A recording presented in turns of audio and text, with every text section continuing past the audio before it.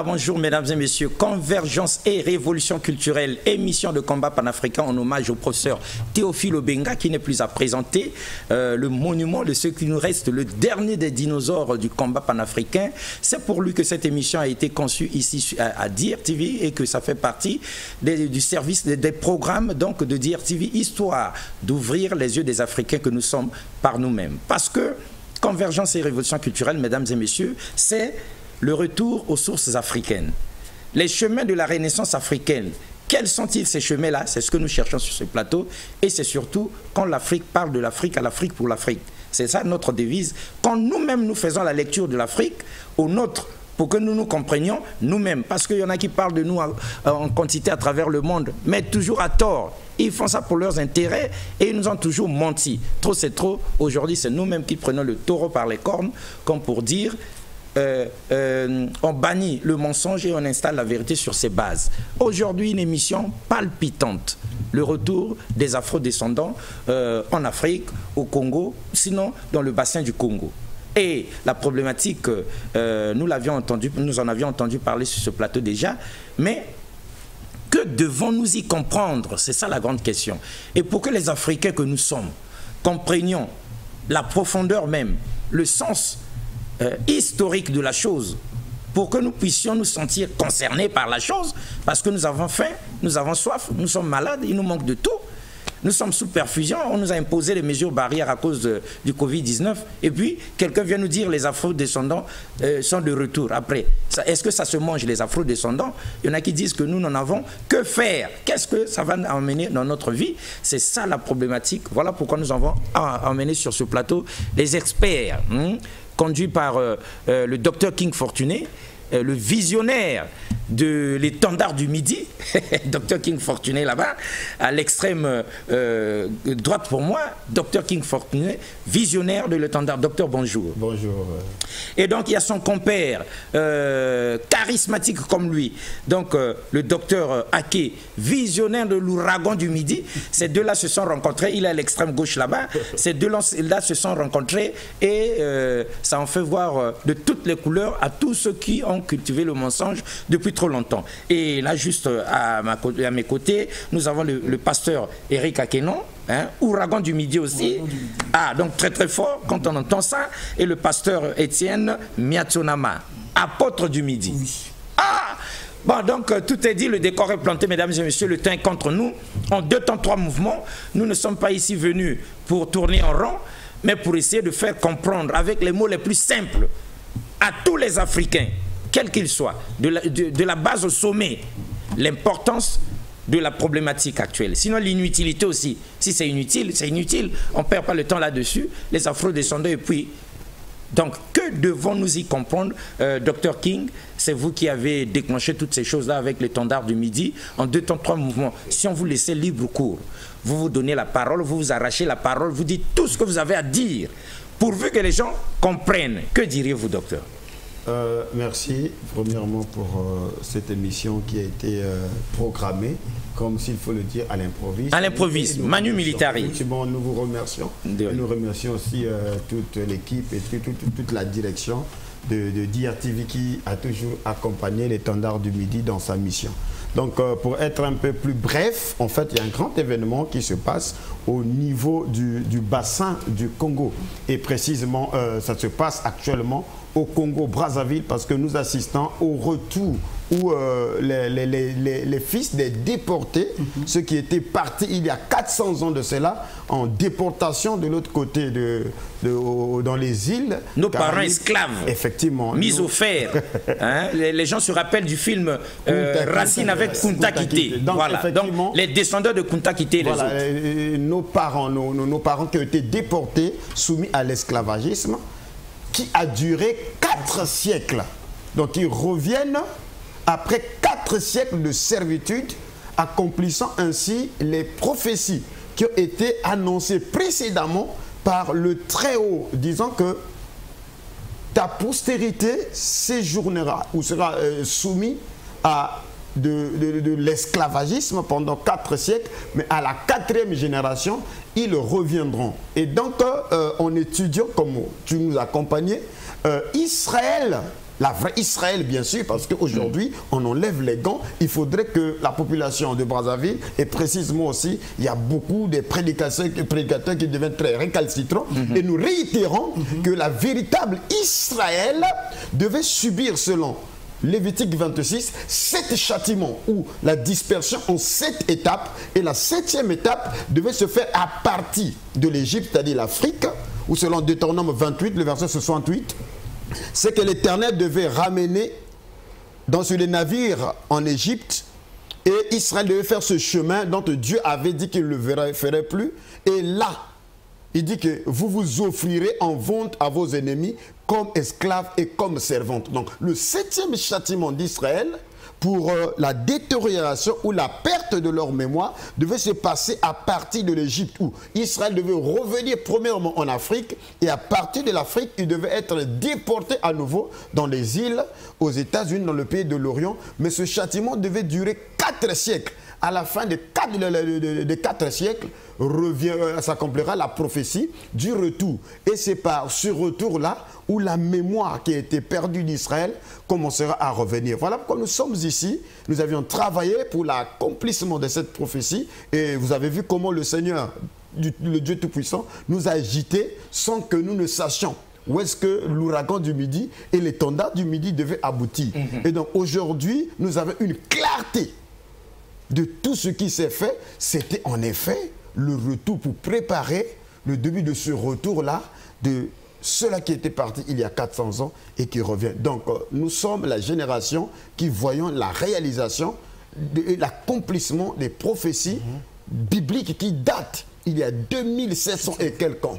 Donc ce que nous voyons là, ce que nous disions, ce que nous avions toujours soutenu, disons que la vraie Israël se trouve ici, au-delà des fleuves de l'Éthiopie, et les preuves sont là avec des indices palpitants où aucune personne ne pourra se lever pour refuter, parce que nous avions quitté la partie théologique, nous rentrons dans la partie accomplissement. Très bien. L'homme de Dieu, on est d'accord avec vous. On sait que ceux qui connaissent l'étendard du Midi depuis longtemps, ils maîtrisent mieux votre terminologie, tout ce que vous dites là. Au moment où nous parlons, mesdames et messieurs, ils sont à l'hôtel du Boulevard, bien installés, les afro-descendants, nos frères qui étaient partis, qui sont revenus. Donc chez nous, Michael Massamba, il ne faut pas dormir, il faut savoir que nous sommes en train de disserter sur la problématique. Donc ils sont à l'hôtel du Boulevard. Lundi prochain, tout le monde va, et ils seront avec nous pour la deuxième partie de cette émission pour que nous puissions les voir. Alors, Dr King, d'entrée de jeu, votre angle d'attaque soutient, on dirait, à ce qu'il paraît, notre pensée du jour. Parce qu'elle dit ceci, les prophéties bibliques sont infaillibles. Qu'est-ce que vous en pensez? Ben oui, mais puisque ça n'a plus besoin d'interprétation. Nous avions été dupés, disant que Israël est blanc, et que Israël a été asservi 4 siècles en Égypte, ce qui est une fausseté. Ça n'a pas de fondement dans la Bible, parce que dans Jean 8, le verset 32 jusqu'au verset 33, Jésus a dit aux pharisiens, vous connaîtrez la vérité vous affranchira. Ces gens ont dit, nous sommes de la postérité d'Abraham et nous ne fûmes jamais esclaves de personne. Comment dis-tu, vous deviendrez libres? Donc ces gens-là, ils disent que nous sommes nés d'Abraham. Donc depuis Abraham jusqu'au temps de Jésus, Israël n'a jamais connu l'esclavagisme. Donc ils refusent ils n'ont jamais été esclavagisés. Donc, et ceci a été un mensonge qui a été perpétré pendant des générations pour nous cacher la véritable identité d'Israël qui a été soumis. Le vrai peuple d'Israël. Le vrai peuple d'Israël, c'est celui qui a été soumis à la traite négrière. Autrement dit, le peuple noir. Le peuple noir. Ce qu'on avait mis au fer dans les cales sombres des bateaux. Parce que ce sont des châtiments qui ne devaient que tomber sur Israël. Donc Israël est identifié premièrement par la traite négrière. Et il y a l'Égypte qui devait le suivre dans ce châtiment-là. Donc il n'y a aucun blanc, il n'y a aucun chinois, il n'y a aucun autre peuple qui peut être identifié selon les châtiments de Deutéronome 28. Voilà pourquoi ceux qui sont partis sont de retour. Et ils seront ici, vous allez leur poser la question, qui êtes-vous? Ils vont vous dire, nous sommes Israël qui revenons au-delà des fleuves de l'Éthiopie. Waouh, c'est ce que nous allons voir. Alors, docteur Aké, avant que vous nous donniez votre point de vue, quelqu'un qui nous regarde à la télé proteste énergiquement parce qu'on a pris des hommes de Dieu avec leur Bible, on a mis sur un plateau de Convergence et Révolution culturelle où on voit les vrais combattants, les vrais panafricanistes qui tapissent les murs. Ils disent mais que viennent faire les hommes de Dieu dans un combat panafricain alors qu'ils n'ont que la Bible? Alors est-ce que vous pouvez justifier votre parole, votre présence sur ce plateau de combat panafricain alors que vous devriez être à l'église avec vos Bibles? Merci beaucoup. Moi, je répondrais qu'ils devraient aussi être dans leur maison de vaudou avec leurs fétiches, parce que chacun invoque celui qui le protège. Nous invoquons celui qui nous protège, que nous croyons nous avoir parlé au travers de sa parole qu'on appelle la Bible. Mais maintenant, moi, je dis aux gens que la parole de Dieu n'a toujours pas été celle qu'on a connue depuis tout ce temps jusqu'à présent. Quoique la Bible représente la parole de Dieu pour moi, mais en même temps, cette parole de Dieu n'a pas été prêchée comme elle se devrait. Parce que ceux qui ont pris cette parole l'ont biaisée et ils ont prêché un évangile sélectif. Et ils ont même prêché un évangile contradictoire, comme pour soutenir mon frère ici. Comment est-ce que les enfants d'Israël partis en dispersion selon les prophéties, comme dans Jérémie 24 ici, versets 8 à 10, Ésaïe 52, versets 3 à 6, etc. Et beaucoup de passages comme ça bibliques qui montraient comment Israël allait être dispersé dans toutes les nations. Mais la Bible dit au temps de la fin où serait cet Israël-là. Et maintenant, Israël, qui devait être dispersé, Dieu dit, il dit dans Jérémie chapitre 24 ici, que je vois au verset 9, il dit, je ferai d'eux un objet d'horreur, de malheur, dans tous les royaumes de la terre. Partout où je les disperserai, on les couvrira d'opprobre, et ils seront la fable et la risée des gens, et un objet de malédiction. Je déclencherai contre eux l'épée, la famine, la peste, jusqu'à ce qu'ils aient complètement disparu du pays que je leur avais donné à eux, à leurs ancêtres et à eux. Alors, Dieu dit toutes ces choses-là. Et de loin, il dit qu'il accuse les peuples de Javan qui sont l'Occident, qui auraient vendu, qui ont vendu les enfants de Jérusalem et de Juda. J'accuse ces peuples-là qui ont vendu les enfants de Jérusalem et de Juda pour les éloigner de leur pays afin de s'emparer de mon pays. L'Éternel il dit ça, mon pays. Il dit, j'entrerai en jugement. Il dit qu'il va entrer en jugement contre ces peuples-là qui se sont retrouvés et qui ont vendu. Vous pouvez trouver ça dans Joël chapitre 4, le verset 1 à 8, ou Joël chapitre 3, selon Louis II. N'est-ce pas? Et là, l'Éternel dit que lui, il va entrer en jugement contre ces gens, ces nations-là, qui ont dérobé son or, son argent, et qui ont pris tous les objets, les objets précieux qu'ils possédaient pour amener chez eux là-bas. Mais c'est des choses que l'Afrique a vécues. Merci.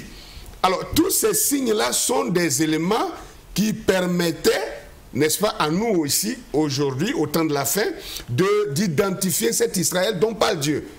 Moi, je ne connais pas, je défie aussi quiconque, toute personne, qu'il soit homme de Dieu, qu'il soit panafricaniste, qu'il soit qui que ce soit, moi, je n'ai pas de limite. Même s'il est kamite. Que quelqu'un vienne me prouver qu'il y a un peuple sur la terre ici qui a vécu, n'est-ce pas, l'esclavage, la traite négrière, l'apartheid, la ségrégation raciale, comment on appelle, colonisation, néocolonialisme actuellement, et qui est haï partout. La Bible dit qu'il sera haï dans tous les peuples, les nations qui sera. Alors maintenant, voilà pourquoi ceux qui reviennent aujourd'hui, vous regardez, ce ne sont pas des blancs. Non, toi, tu viens de les voir, bien sûr, à l'hôtel. Ce ne sont pas des blancs, ce sont des noirs. Donc cela confirme que la prophétie ne faillit pas. Les prophéties bibliques sont infaillibles, mesdames et messieurs. Donc, c'est tout noté. Ça justifie le fait que sur ce plateau de Convergence et Révolution culturelle aujourd'hui, on a affaire à des panafricanistes spirituels, religieux. Parce que depuis longtemps, depuis toujours, nous avions pensé qu'on ne pouvait pas parler du combat panafricain en regardant la Bible. Or, il se trouve que c'est une erreur extrêmement grave que de bannir la Bible, de la sortir du combat panafricain Parce qu'on perd les prophéties, rien n'explique notre chute, si ce n'est les prophéties divines, et rien n'explique encore mieux notre rétablissement en cours que ces mêmes prophéties bibliques. Alors l'homme de Dieu, ces deux-là sont très dangereux, on les connaît dans l'étendard du Midi, dans l'ouragan du Midi. Quand ils parlent, l'esprit se déverse jusqu'à l'infini. Alors, pasteur Eric Akenon, ouragan du Midi, si vous étiez donné de parler, que diriez-vous? Oui, moi je veux rebondir sur quelque chose que vous avez pu dire tout à l'heure et que beaucoup de panafricanistes ont l'habitude de dire, c'est que la Bible appartient au leucoderme. Voilà. Vous voyez, c'est dommage. En tout cas, les kémites ont horreur de la Bible. C'est dommage parce que c'est une très mauvaise connaissance de l'histoire et une très mauvaise connaissance de la Bible elle-même. Vous voyez, vous pouvez contester un document, mais si vous n'avez pas une connaissance de ce document-là, si vous vous basez sur les éléments théologiques que les leucodermes nous ont donnés, vous allez vous tromper. Que ce soit clair pour tout le monde. J'essaie d'être un peu courtois. Ah oui. Vous voyez, avec le la Bible, les blancs, oui. La Bible est un patrimoine de l'homme noir. Oui. Ah. Voyez, vous pesez bien vos mots. Je pèse mes mots et je vais encore aller plus loin. La Bible appartient aux nègres. Ah. Pourquoi? Vous voyez, la Bible raconte plusieurs événements. Il y a plusieurs histoires qui sont racontées dans la Bible. Mais une histoire extraordinaire. Ceux qui disent qu'ils sont sémites prétendent qu'ils sont descendants d'Abraham. Et les faux juifs que nous avons de l'autre côté, se déclarant descendants d'Abraham, donc prétendent être sémites. Mais la première grande rencontre d'un sémite avec un Africain fut cette rencontre entre Abraham et Abimelech de Guérar. Ah. Lors de leur rencontre en Genèse chapitre 20, Abimelech, qui reçoit Sarah, femme d'Abraham, refuse que Dieu lui accorde un châtiment parce qu'Abraham lui aurait menti. À partir de ce moment, Dieu se révèle à Abraham dans la nuit et il dit à Abraham, à cause de cette femme-là, tu vas mourir. La première phrase d'Abimelech, c'est Seigneur. Comment reconnaît-il celui qui lui parle comme son Seigneur s'il ne le connaissait pas avant? Et ensuite, Abraham, qui poursuit encore son imposture, je dirais, qui se retrouve dans une situation où, pensant avoir connu ce Dieu, lui qui est sémite, avant, donc, Abimelech de Guérar, parce que tout ce territoire de Guérar était contrôlé par des pharaons. Donc Abraham se rend compte que ce monsieur connaît le Dieu que lui, il a rencontré dans son territoire à lui. Et il arrive là, il tombe sur quelqu'un qui connaît ce Dieu, il appelle ce Dieu Seigneur et il dit à Abraham, mais comment voulais-tu nous faire commettre un si grand péché? C'est l'une des premières fois où le mot péché apparaît aussi de façon aussi puissante dans la Bible. Or, en Romains 5, il est dit que le péché n'est pas imputé s'il n'y a pas de loi. Mais cette loi, elle est il n'y a pas de péché. Si Abimelech n'est pas allé vers Sarah, si Abimelech dit à Dieu, moi je suis juste, ma nation est juste, et Dieu le reconnaît comme un homme juste et une nation juste, alors qu'ils ont cherché 10 justes avec Abraham à Sodome et Gomorrhe, ils n'ont pas trouvé. Et Abimelech qui dit que toute ma nation est juste, et Dieu cautionne qu'une nation est juste. Je n'ai pas encore vu dans la Bible Dieu dit d'une nation qu'elle est juste. C'est la première fois que moi je lis ça dans la Bible. Et c'était les Africains. Et c'est notre peuple. Ce sont des Africains qui connaissaient la Bible avant Abraham. Waouh. Le temps est contre nous, on va revenir si jamais ça nous permet. Alors, pasteur Étienne, Miatsunama, s'il vous était donné la parole, que diriez-vous? Je suis vraiment très content. Je soutiens ce que mon frère vient de dire. Il y a une chose que nous devons comprendre, comme je l'ai toujours répété, que dans la Bible, et j'ai toujours défié chaque personne en disant, est-ce qu'on peut démontrer dans la Bible qu'il y a un blanc, c'est-à-dire qu'il y a un prophète blanc dans la Bible? Trouver un blanc dans la Bible? Dans la Bible, ça n'existe pas. Non, mais la Bible est pleine de blancs, de la Genèse à l'Apocalypse. Ça n'existe pas. Aucun blanc dans la Bible? Dans la Bible, il n'y en a pas. Attendez, on ne refuse pas que les afro-descendants sont arrivés. On ne refuse pas qu'ils sont à 2 pas de dire tu vis là à l'hôtel Boulevard. Mais n'exagérez pas quand même. Ce que je vous dis, et la vérité, et je défie chaque prédicateur. Mais Jésus lui-même, c'est un blanc. Jésus n'est pas blanc, on peut prendre la Bible. Jésus n'est pas blanc. Jésus n'est pas blanc. On reviendra sur ça. C'est chaud. Docteur King, on vous écoute. Je pense que... Jésus n'est pas blanc. N'est pas blanc. Bon, les Juifs ne sont pas des blancs. Ça a été une supercherie. Les Juifs ne sont pas des blancs. Oui. Les Juifs ne sont pas blancs. Hein. Vous êtes suivis par des hommes de Dieu, hein, charismatiques. Nous les défions. Nous les défions. Démontrer la non, il s'agit des grands prêtres qui sont au Vatican, des cardinaux, des archevêques. Il n'y a pas de problème. Des archivistes. Nous sommes excités. Nous sommes excités d'ailleurs que ce ne soit pas les nouveaux, les novices. Oui.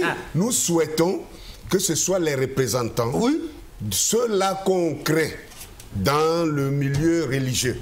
Nous souhaitons que ce soit ces personnes bien représentées, ou les représentatifs. Nous voulons que ce soit ces personnes-là sur votre table ici, sur votre plateau ici, et nous allons démontrer qui d'eux et de nous disons la vérité. Oui, effectivement, sous sa gouverne, parce qu'il y a beaucoup de chuchotements qui se font derrière des groupes WhatsApp. Mais nous lançons le défi à tous ces gens-là qui chuchotent. Qui parlaient derrière leur clavier. Parler en langue. Non. Il s'agit maintenant de venir interpréter la langue. La prophétie, elle est plus élevée que les fameuses parler en langue. Donc nous ne parlons pas derrière les murs. Non. Nous présentons, et depuis le début, je crois que tu as été l'un de ceux-là qui sont présentés. Un témoin oculaire. Un témoin oculaire. Tu as quitté Brazza, mais je ne vois plus notre soeur. Et si elle est dans les coulisses.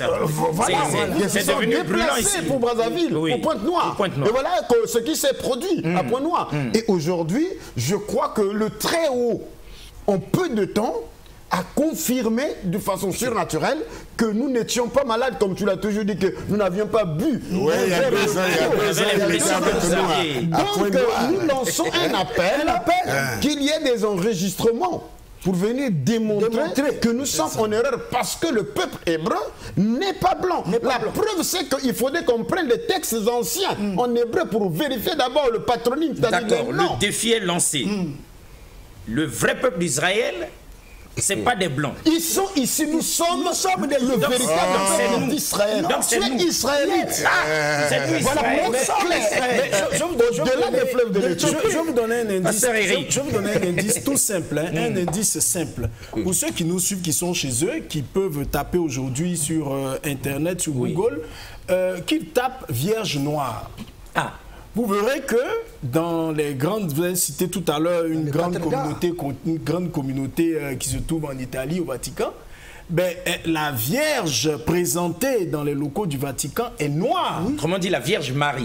Ben, s'il y a une autre Vierge, attendez, une Vierge Marie noire au Vatican. Non, je vous trouvais, moi, quand j'ai grandi... oui, dans toutes les églises, la Vierge, vous avez la Vierge noire à Lisieux, vous avez la Vierge noire dans une église à Lyon, à Montpellier, dans pratiquement toutes les grandes cathédrales.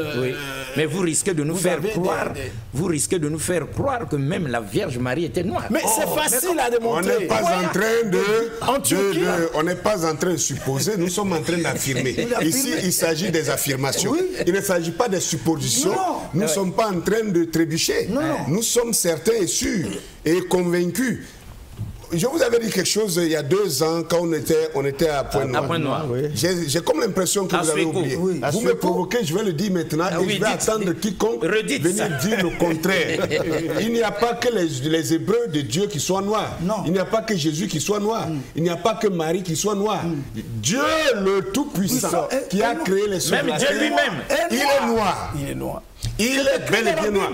Je sais ce que vous direz, vous qui êtes en train de fouiller vos Bibles. Je sais que la liberté d'expression existe, mais elle a des limites. Non, mais on me dirait Dieu est esprit. Mais Dieu est esprit, au commencement était la parole était avec Dieu et la parole était Dieu. Et la Bible dit au verset 14 que cette parole a été faite chair. Elle a habité parmi nous. Vous allez dans Jean 4, verset 1 au verset 3, la Bible dit que bien-aimés, n'ajoutez pas foi à tout esprit, mais éprouvez les esprits pour savoir s'ils sont de Dieu. Et il dit, reconnaissez à ceux-ci l'Esprit de Dieu.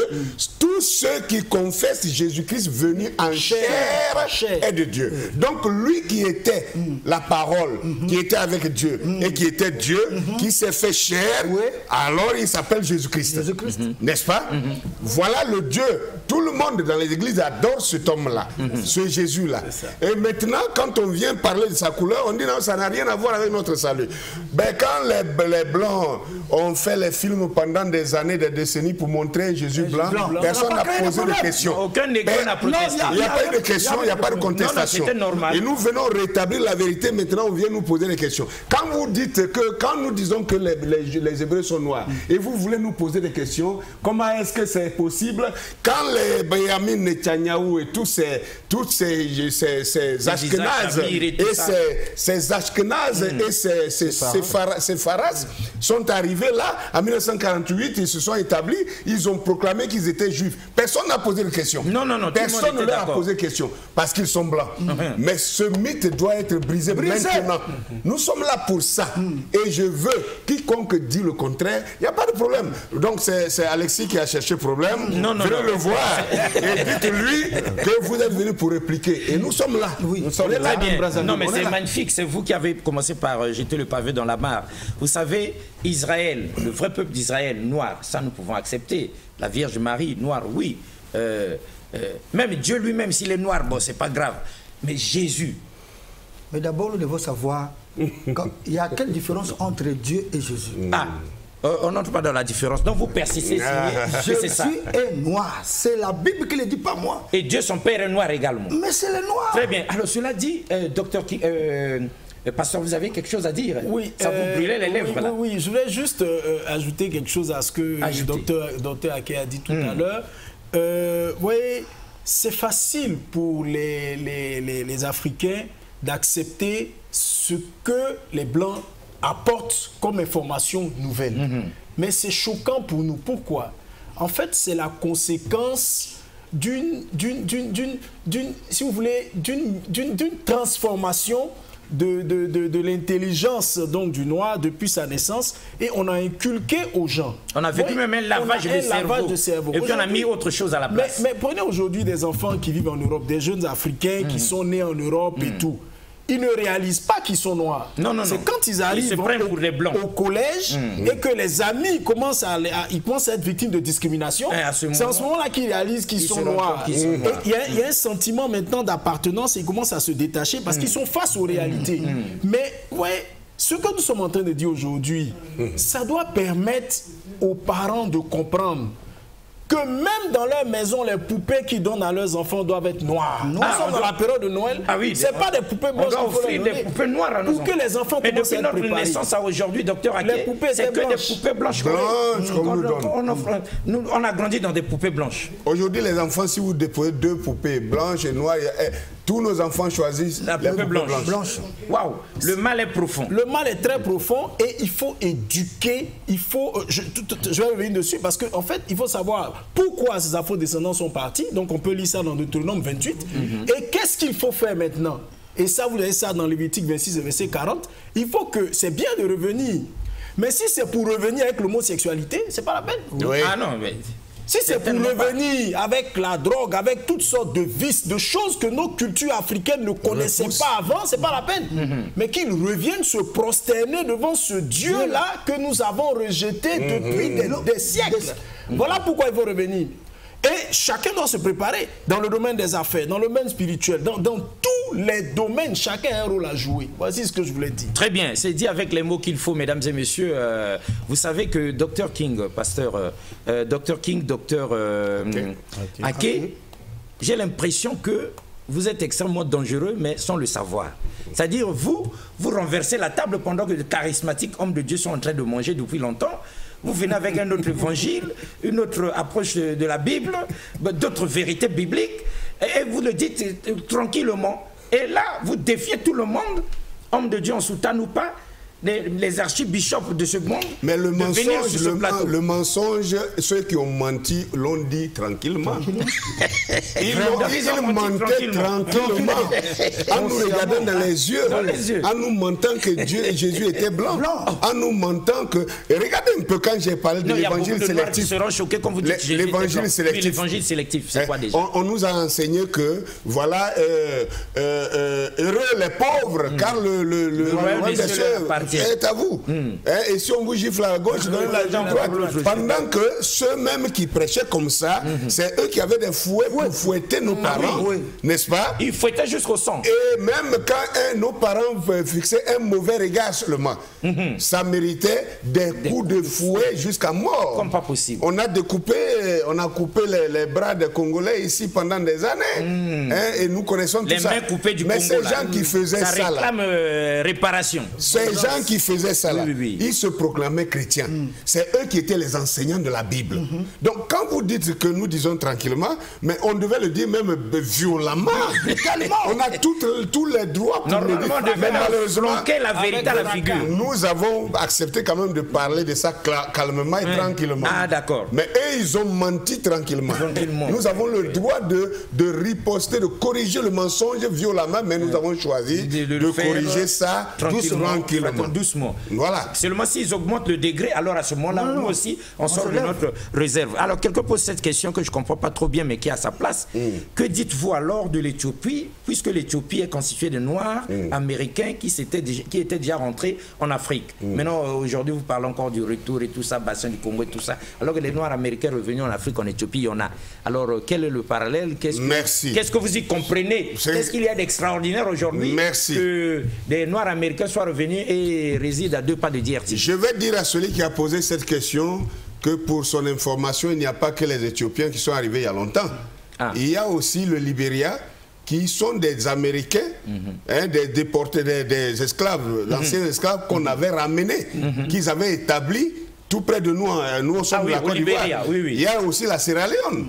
Les Sierra Leonais qui ont créé la ville de Freetown, ce sont des anciens esclaves. Mais la différence ici, c'est que dans la Bible, les hommes de Dieu n'ont pas su que la dispersion dans les nations n'a pas concerné seulement Israël. Ça concernait aussi les Égyptiens, c'est-à-dire les Africains qui ne sont pas sémis, les Kamites, qui sont en train de trémousser là. Nous sommes Kamites. Ils sont dans la Bible ici. Ils sont dans la Bible. Et pourquoi est-ce qu'ils ont été dispersés? Dieu explique ça. On n'a pas assez de temps. Dieu explique ça pour dire que quand l'Éternel a décidé de corriger Israël qui avait péché contre lui, Dieu s'attendait à ce que Israël se repente, se plie aux exigences de Dieu pour se repentir. Et Israël n'a pas voulu. Israël a fait quoi? Israël regarde vers l'Afrique pour dire: j'ai mes frères Kamites qui ont une grande armée, qui ont un pays puissant, riche et fort. Nous irons sous la protection de l'Égypte. Et l'Éternel dit alors: comme toi, Pharaon, tu penses que moi, je frappe mes enfants et c'est toi qui vas les protéger. Moi, avant que mes enfants n'arrivent là pour chercher la protection sous tes ailes, je vais te briser. Et j'ordonne au roi de Babylone de venir te casser les 2 bras. Et il dit: je vais disperser les Égyptiens parmi les nations. Ça aussi, les hommes de Dieu n'ont jamais lu ça. Ils n'ont jamais lu ça. On ne dit pas ça. Mais maintenant, nous lisons ça pour vous dire qu'il y a eu dispersion de 2 peuples au même moment. La traite négrière a concerné les Soudanais, les Égyptiens, les Couchites, les Kamites en un mot, et puis les Sémites. C'est les 2 peuples. Et maintenant, ils sont partis et Dieu avait promis qu'il allait ramener aussi les Égyptiens et qu'il allait les rétablir dans leur territoire. Même les Égyptiens. Même les Égyptiens, j'ai les Écritures ici. Et qu'ils allaient former, eux, un royaume faible, un faible royaume qui n'allait plus jamais dominer sur les nations. Mais à Israël, il dit qu'il va les disperser, mais il va les ramener et ils vont reconstituer un royaume puissant. Vous voyez que ça fait 2 choses. Ça fait 2 choses. On vous arrache la parole parce que c'est chaud. Alors, Dr King, vous savez tout ce que nous disons là. L'homme de la rue, il peut être choqué, on comprend. Mais ça choque beaucoup plus encore. Ça traumatise les hommes de Dieu. Surtout quand vous les avez défiés à venir sur ce plateau-là. Depuis 2000 ans, on nous enseigne quelque chose. Vous venez, vous déraciner tout, vous renversez la table et vous voulez remettre autre chose à la place. Donc, s'il vous était donné de vous adresser aux hommes de Dieu, parce que lorsque les hommes de Dieu auront compris, eux-mêmes, ils vont s'adresser aux fidèles que nous sommes. Que leur diriez-vous en 2 temps, 3 mouvements pour qu'ils comprennent, pour qu'ils remettent en question la vision qui leur a été inculquée depuis très longtemps? Je crois que je dois parler avec amour et courtoisie parce que ça concerne effectivement le sacerdoce. Et sachez que quand le Christ rentre dans le temple, la première des choses qu'il fait, c'est de purifier le temple. Parce qu'il y a trop de vendeurs de pigeons, trop de vendeurs d'agneaux, des échangeurs de pièces. Et l'Église, dans son état actuel, c'est à ce niveau qu'elle se retrouve. Moi, je suggère et je conseillerais à mes amis, mes confrères, dans le service sacerdotal, de se pencher effectivement sur le nouveau protocole que le Saint-Esprit est en train d'établir. Parce que l'on ne peut pas aider les gens qui sont au sud avec le protocole du nord, ni de l'ouest, vous voyez. Parce qu'au sud, il y a Cam et il y a aussi Israël. Donc Israël est un cas à part. Voilà pourquoi dans la Bible, lors de la conférence de Jérusalem, il a été dit qu'il n'était pas nécessaire qu'on impose toutes les lois d'Israël aux païens. Voyez-vous donc, dans l'église du Seigneur, il y avait deux protocoles. Ainsi, Paul, qui est sémite, israélite, qui a été envoyé vers les païens, il enseignait suivant les réalités des païens. Donc, et c'est ce protocole-là qui a influencé le christianisme dans son état actuel jusqu'à, disons, le charismatique américain. Mais maintenant, tous les éléments montrent que le réveil, le protocole, le centre de gravité se déplace de l'Occident vers le Midi. Or, ce qui enchaîne la sacrificature aujourd'hui ou les pasteurs, c'est parce que chacun d'eux se réfère sur tout ce qu'il a appris dans les écoles théologiques. Mais il n'y a aucun ange qui est descendu du ciel qui a écrit un livre de théologie. Ce sont des hommes qui ont imaginé, qui ont compris, et ils ont écrit, qui ont interprété à leur manière.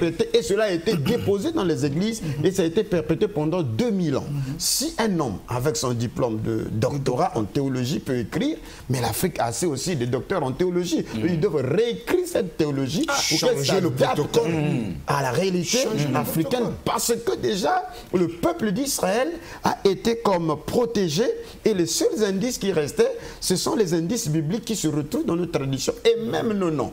D'où Sophonie 3.10 est la clé. Le Seigneur dit d'au-delà des fleuves de l'Éthiopie, là nous sommes dans le grand bassin, mes adorateurs, mes dispersés, l'Éternel s'en approprie.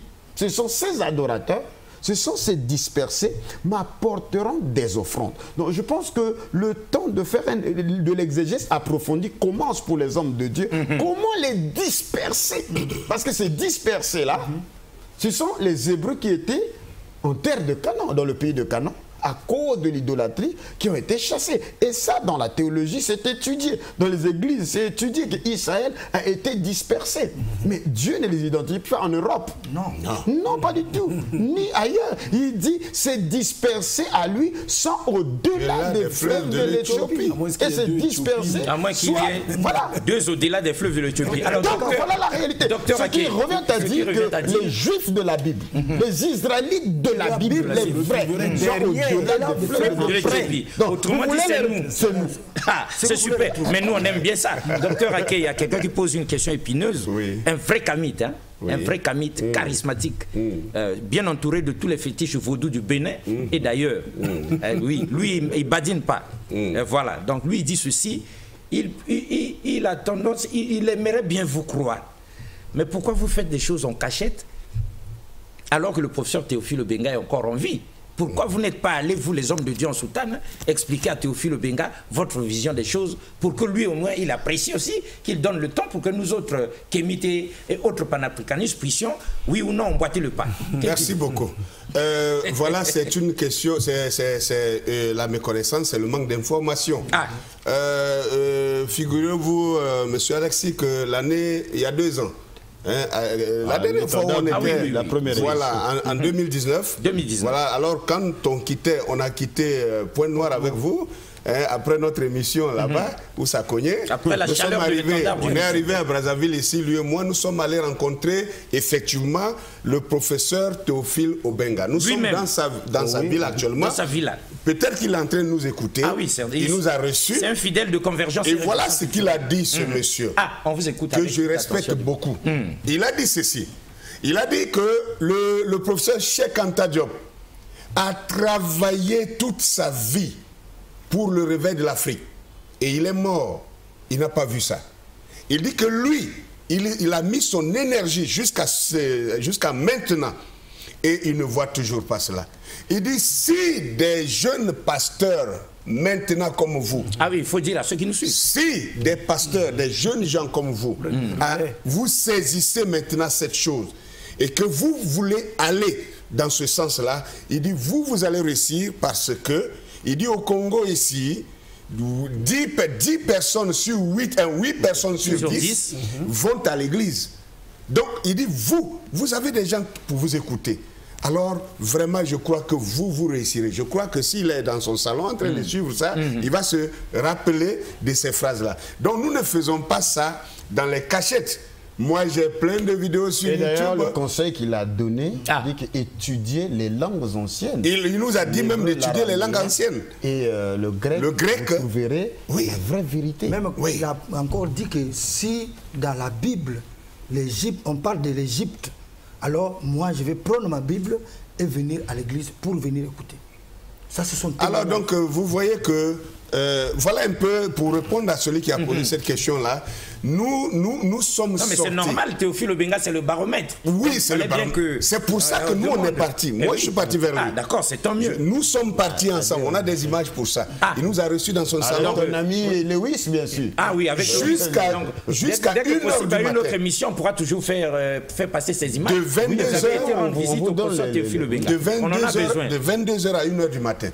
Chez le professeur Théophile Obenga. Chez le professeur. Alors qu'il revenait d'une conférence où il était fatigué, mais quand il a entendu des pasteurs qui veulent le voir, mais par curiosité, il dit, mais que peuvent bien me dire ces pasteurs-là? Et nous arrivons et nous disons non. Et vraiment, cher professeur, nous on a lu vos travaux. On a lu les travaux de Cheikh Anta Diop et cela a produit un déclic. Et nous sommes en train de revoir la Bible d'une autre manière. Il dit, mais comment ça? Et on a commencé à dire un peu, voilà ce que moi, c'est pourquoi j'ai l'habitude de dire qu'il faut relire aujourd'hui la Bible avec des yeux décolonisés. Des yeux décolonisés. Des yeux décolonisés, bien sûr. En clair. Oui, parce que malheureusement, longtemps, les gens, on a lu la Bible avec les yeux du colon.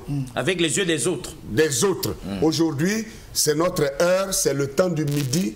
Et les fils du midi doivent maintenant lire la Bible avec les yeux que Dieu leur donne aujourd'hui. Très bien. C'est sur ça que nous sommes. Très bien. Alors, Pasteur Étienne, quelque chose d'autre? Parce qu'on a tout dit. Hein? Vous avez tout dit déjà, Pasteur Eric. Oui, moi, je vais lancer un appel à nos frères panafricanistes, à tous ceux qui se réclament kamites. Et certains que nous rencontrons, discutent avec eux. Hein. La particularité de ce groupe, que ce soit l'étendard du Midi ou l'ouragan du Midi, nous sommes très ouverts. Nous sommes très ouverts, nous accueillons tout le monde, nous discutons. Nous ne sommes pas sectaires. Nous avons l'esprit très ouvert, nous comprenons les choses. Et je veux leur lancer un tout petit message. Vous voyez, nos sources, ce n'est pas le vaudou. Non. Nos sources, pour ceux qui sont du sud, de l'ouest de l'Afrique, là, c'est pas le comien. Ou les nos sources, c'est pas le lancer des coris, des groumantiers et compagnie. Mais c'est à cause de ça que nous avons été rejetés par le Créateur. Ah oui. À cause de ces choses. À cause de ces choses-là. Parce que nos sources, c'est la loi de Dieu gravée dans nos cœurs depuis Adam, qui est notre ancêtre et qui lui-même était noir. Parce qu'il est dit que Adam a été fait de la poussière de la terre, dans le limon. Alors vous savez que plus vous vous enfoncez, ça ne devient pas blanc. Non, ça devient noir. Et si nous avons été faits à l'image de Dieu, donc Dieu serait comment? Vous voyez, donc je veux leur faire comprendre que nous ne sommes pas, comme aime dire le docteur Ake, dans une exégèse leucodermique. C'est-à-dire une façon de comprendre l'évangile avec des yeux du colon, avec une orthodoxie bien tracée et tout. Je vais vous raconter une petite avec les paradigmes spirituels des autres. Toute petite expérience que j'ai vécue dans une université européenne. J'arrive dans cette université où je veux m'inscrire en théologie. Et j'envoie les dossiers qui n'arrivent pas, je me déplace, je prends mon avion, j'arrive dans cette ville et je rentre dans cette université qui est la plus grande université de théologie francophone au monde. Je discute avec les gens pour voir pourquoi mon dossier n'est pas arrivé. Et en sortant, je dis, bon, toute chose concourt bien de ceux qui aiment Dieu. Ceux qui écrivent la livre de théologie me demandent, ah bon, vous croyez en ces choses? Ça veut dire que eux-mêmes, ils écrivent dans la théologie et ils ne croient pas en ce Dieu-là. Mais comment pouvons-nous suivre ces gens-là? Donc, je veux demander à nos frères qui croient au panafricanisme, qui sont kamites, de se plonger dans la Bible, de lire les Écritures avec des yeux décolonisés et de ne pas avoir peur de nous approcher. Alors, donc, oui, docteur. Oui, effectivement. Vous nous surprenez agréablement ce soir. Oui, je voudrais aussi refermer en disant ceci, comme vous avez posé la même question. Qu'est-ce qu'on pourrait dire à nos compères ou à nos confrères, les serviteurs de Dieu? Surtout eux. Voilà, les vrais têtus, c'est eux. Hein? Oui, nous, le peuple, on les suit. S'ils nous disent debout, on se lève, assis, on s'assoit. Même couché, on se couche. Donc, mais eux, tant qu'ils n'ont pas compris, là. Le temps sera donné. Et puis, vous parlez des Ésaïe 18. C'est pas leur affaire. Tant qu'ils n'ont pas compris, vous voyez, les fidèles ne comprendront jamais. Voilà. Donc, vous voyez un peu qu'au niveau des Kamites, c'est plus facile. Je dirais d'abord aux Kamites quelque chose. Et aux panafricanistes. Quand on voit comment l'Europe est en train de rapatrier les idoles qu'ils avaient volées. Ah oui, on est en train de restituer. Là. Les biens culturels, dit-on. Des Africains. Mais qui sont en réalité les dieux des Africains qui ont été pris en esclavage, mis en prison en Europe. Durant des siècles, ils ont nos parents béninois demandent des visas chaque année pour aller adorer leur divinité enfermée dans les musées européens. Un Dieu qui va en prison. Et il paye avant d'entrer. Et un Dieu qui va en prison.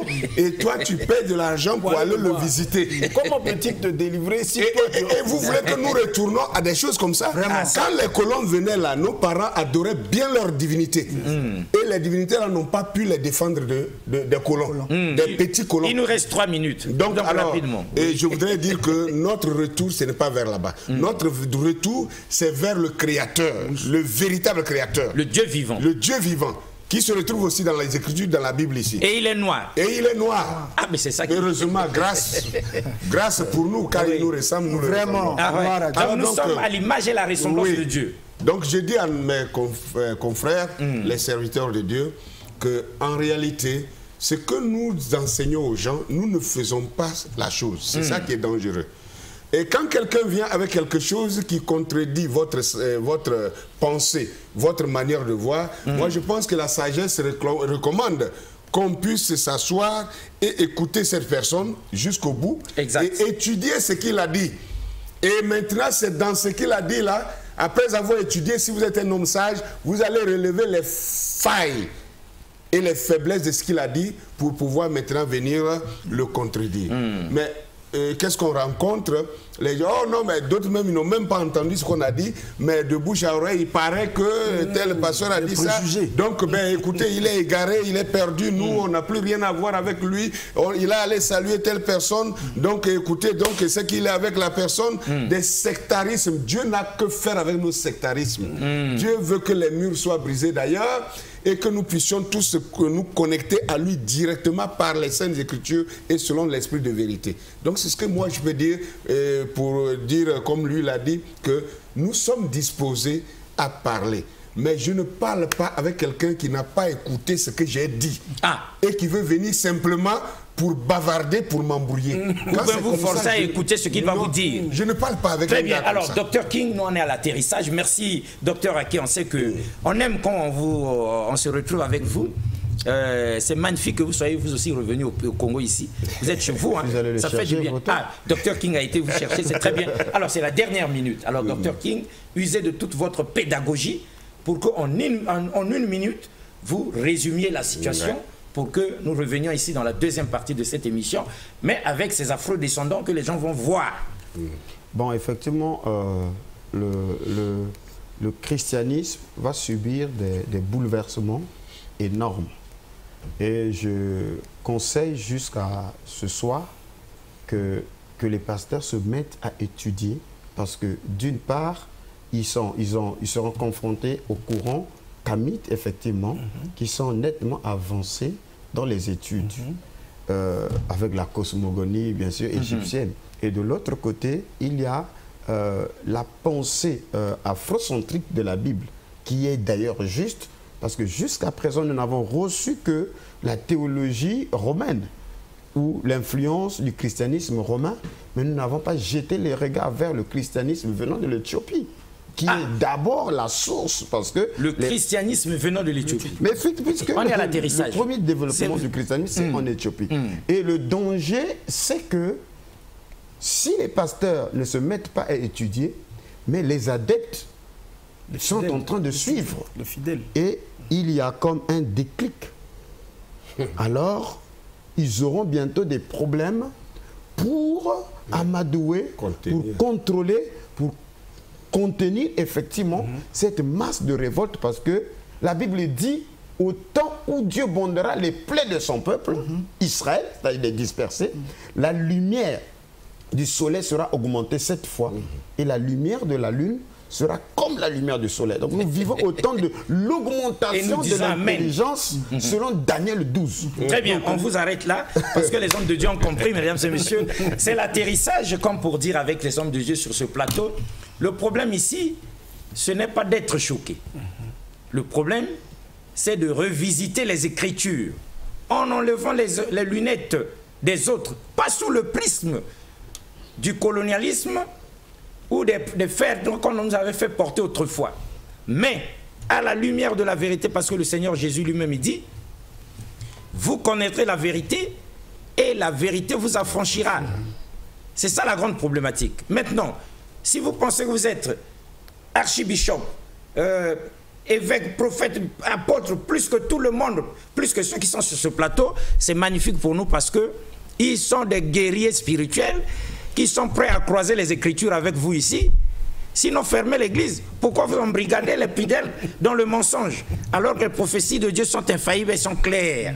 Aucun peuple, même le professeur Théophile Obenga l'a dit, dans l'histoire de l'humanité, aucun peuple n'a autant souffert que le nôtre. Et la Bible est claire, c'est Dieu qui a décidé du sort de l'homme noir que nous sommes. Maintenant, vous négros comme nous, quand vous dites non, Dieu n'est pas noir, Jésus, son fils, n'est pas noir, et la Vierge Marie était blanche, d'où tenez-vous ça? Parce que le pasteur Étienne ici nous dit, fouillez la Bible, vous ne verrez aucun blanc dedans. Oui. Autrefois, comme disait le docteur Aki à Pointe-Noire, c'était les noirs qu'on cherchait dans la Bible. Aujourd'hui, avec l'ouragan du midi et l'étendard du midi, c'est plutôt les blancs qu'on cherche dans la Bible. Et nous, sur ce plateau de Convergence et Révolution culturelle, on est ravis. Et nous vous disons, si vous êtes sûr de vous, venez sur ce plateau pour qu'on puisse croiser les Écritures. Au revoir et à la prochaine. Merci beaucoup une fois de plus. Merci.